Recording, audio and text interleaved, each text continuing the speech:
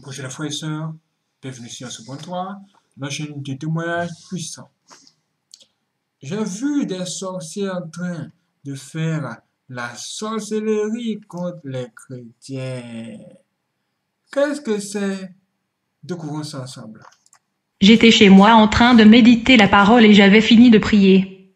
Jésus a dit, écrivez les nouvelles révélations que je vais vous dire. Jésus m'a montré les sorcières faisant de la sorcellerie pour les chrétiens de toutes les églises d'une ville. Les sortilèges des sorcières frappaient les chrétiens rebelles. Les chrétiens qui subissaient ces attaques avaient les poignets enchaînés. Jésus a dit, ce sont des esclaves de Satan. Tous ceux-ci sont esclaves de leurs propres péchés et sont devenus prisonniers du diable. Ces églises qui ont été attaquées par les sorcières n'étaient pas préparées spirituellement pour affronter les forces du mal. La vue des sorcières a disparu. Ce que j'ai vu dans la vision, ce sont des églises déshonorées et vaincues par le péché. Le diable ne respecte pas les enseignants et les docteurs en théologie, mais il craint ceux qui font la volonté de Dieu et qui sont de tout leur cœur. Jésus ne se soucie pas des offices d'église et des plaques d'église. C'est insignifiant devant Dieu. Ce qui lui importe, c'est une vie séparée du monde. Ce n'est pas votre position qui fera de vous un vrai chrétien, être un homme de Dieu. C'est vivre une vie sincère et sainte avec une bonne conduite devant Dieu. Le plus grand mérite de l'Église est de s'approcher de la présence de Dieu par la prière. L'Église ne peut s'arrêter de prier et s'abstenir de vouloir s'approcher de la face de Dieu. L'Église doit prier constamment si elle veut vaincre le monde et le péché. La prière du matin a plus effet qu'une prière de nuit ou de jour. La prière du matin est forte car c'est la prière du sacrifice. La prière de repentance avec larmes est entendue. La prière des langues étrangères est dévastatrice et porte des résultats. La prière d'adoration qui loue Dieu est acceptée. La prière qui s'intéresse aux choses de la terre qui ne sait que demander est faible et n'atteint pas le ciel.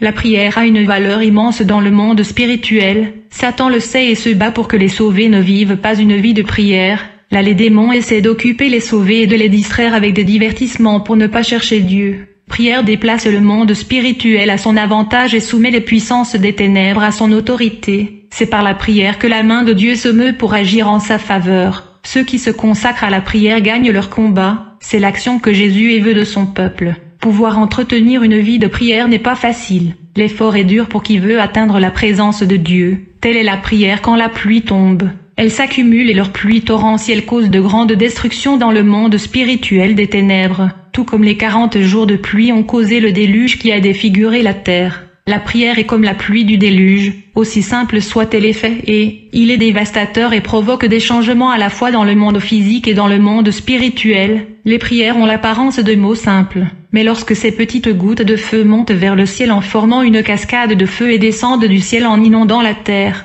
la persistance de la prière est une marque forte de ceux qui n'abandonnent pas. La prière quitte la terre et traverse l'univers et traverse le royaume des ténèbres qui est dans l'air. La pluie quand elle commence à tomber est juste une goutte qui ne fait de mal à personne. Quand elle augmente en tombant, elle commence à déborder et à éclater pour faire inonder les fleuves d'une ville entière. Ainsi sont les prières. Elles montent vers le ciel et quand elles s'accumulent dans les coupes d'or céleste, bientôt elles commencent à déborder. Et quand elles tombent du ciel, les prières ressemblent à des gouttes d'eau. Feu. J'ai eu une vision des prières tombant comme des pluies de feu. Quand une rivière est inondée d'eau de pluie, elle débordera de ses berges. Elle remplit une ville entière et la force de son courant entraîne des voitures, causant de grandes destructions et dommages aux biens matériels. Qui imaginerait que quelques gouttes de pluie entraîneraient un torrent provoquant une grande destruction?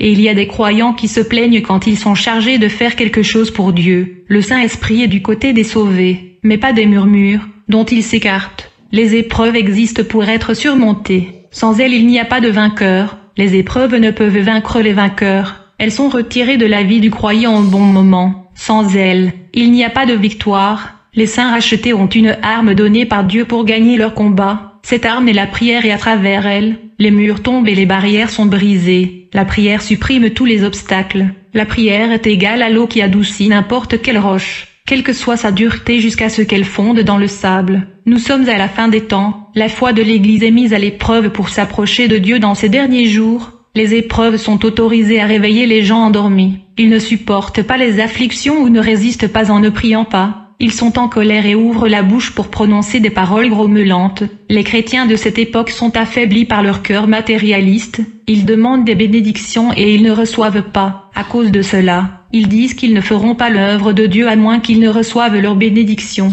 c'est la génération de chantage que Dieu m'a révélée. Jésus a offert le ciel et n'a rien facturé. Le plan de Satan est de laisser toutes les églises zombies. Satan a créé des moyens pour éloigner les gens de moi en leur faisant ne plus sentir la présence du Saint-Esprit. Les inventions technologiques corrompent le monde. L'Église doit se préparer spirituellement car, dans quelques années, de nouvelles inventions apparaîtront. Ces nouvelles technologies vont aliéner mon peuple en créant une église zombie. Ils seront touchés par des fléchettes de paralysie spirituelle et seront découragés de me chercher. Ces technologies futures sont conçues en enfer à ce moment et monteront bientôt sur terre. Elles viendront avec la grande force de la destruction spirituelle. Jésus m'a montré dans la vision d'une femme priant à l'aube. Je vis une lumière brillante à l'intérieur de sa chambre. Une colombe reposait sur son épaule. C'était le Saint-Esprit qui descendait sur elle. Plus elle se connectait avec cette colombe, plus la lumière se reflétait sur elle. Cette servante recevait plus de grâce et d'onction. De ses yeux étaient des larmes de joie à s'agenouiller devant Dieu. Le Saint-Esprit assume tous les espaces de la vie de cette personne, comme elle renonce à chaque partie du corps ou de l'âme.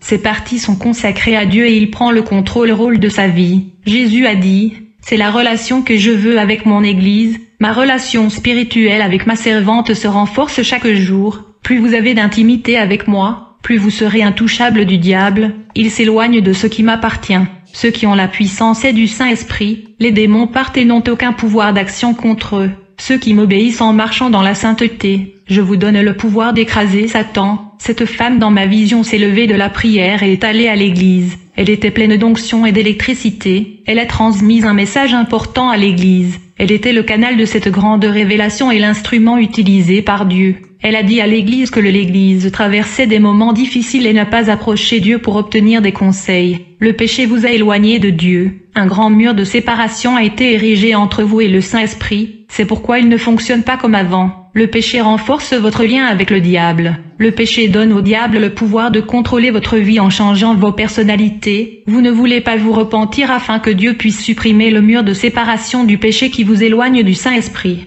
Vous mélangez et saint par le péché. Souille le temple du Saint-Esprit. Tu as falsifié l'image originelle de Dieu en toi. Il a créé son image parfaite. C'est le plus beau chef-d'œuvre qu'il ait jamais fait. Cette beauté est naturelle et révèle la simplicité. La beauté superficielle ou artificielle créée par l'homme rejette le naturel et s'oppose à ce que Dieu a créé. Soyez naturel et regardez dans le miroir et voyez l'image de Dieu. La façon dont vous vous habillez révèle qui vous êtes vraiment. Un cœur plein de vanité se révélera dans la façon dont vous vous embellissez extérieurement. Tout cela conduit à l'orgueil, à l'ego, à l'exaltation et vous donne un sentiment de puissance. La fausse beauté est rusée et son apparence séduisante et diabolique. La séduction était dans le fruit du jardin d'Éden. Jésus était né dans une crèche et était simple et humble, renonçant à sa gloire et réduit à un serviteur. La tribu de Jésus est la sainteté. Il veut une église sainte, complète, vertueuse et claire. Que les eaux soient pures et transparentes, que les sources et les producteurs de la foi soient tout aussi purs. Cette femme qui n'avait pas de fonction dans l'église a prêché ce que beaucoup de pasteurs n'ont pas le courage de prêcher. J'ai vu cette femme prêcher avec autorité. J'ai demandé, qui est-elle? Jésus me répondit, elle est d'une église où tu es allé prêcher, et par ton témoignage, elle s'est renforcée et a changé sa vie. Elle est l'une des sentinelles que j'ai suscitées sur la terre.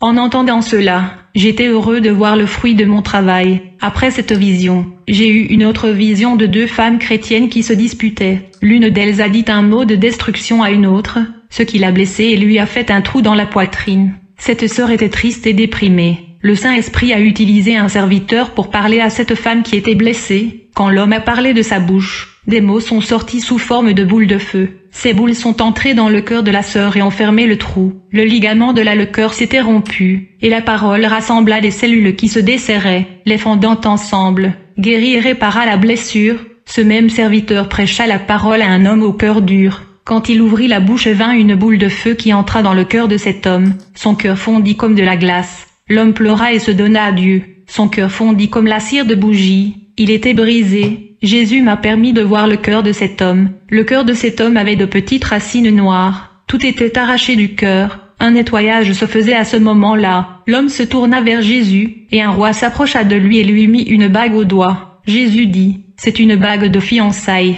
Cet homme est l'un des sentinelles qui va bientôt être levé. » L'homme qui prêchait et lançait des boules de feu de sa bouche était énormément utilisé à l'église, laissant les théologiens confus. Les sages de l'Église avaient honte des paroles qui sortaient de la bouche de cet homme. Ces chrétiens étaient brillants dans la connaissance, mais spirituellement ils étaient loin de Dieu. Et cet homme qui n'avait pas de théologie prononçait des paroles cachées et pleines de mystères qui n'avaient jamais été révélés. Jésus a dit, « C'est l'un de mes veilleurs que j'ai déjà élevé. J'élève les petits pour qu'ils soient forts comme je l'ai fait avec David. » Jésus a dit, « Les fonctions ecclésiastiques de la terre n'influencent rien dans le monde spirituel. L'onction des hommes pour prendre leurs fonctions dans l'Église augmente l'ego de nombreux chrétiens. Mon onction est plus importante. » Merci les frères et sœurs d'avoir regardé cette vidéo.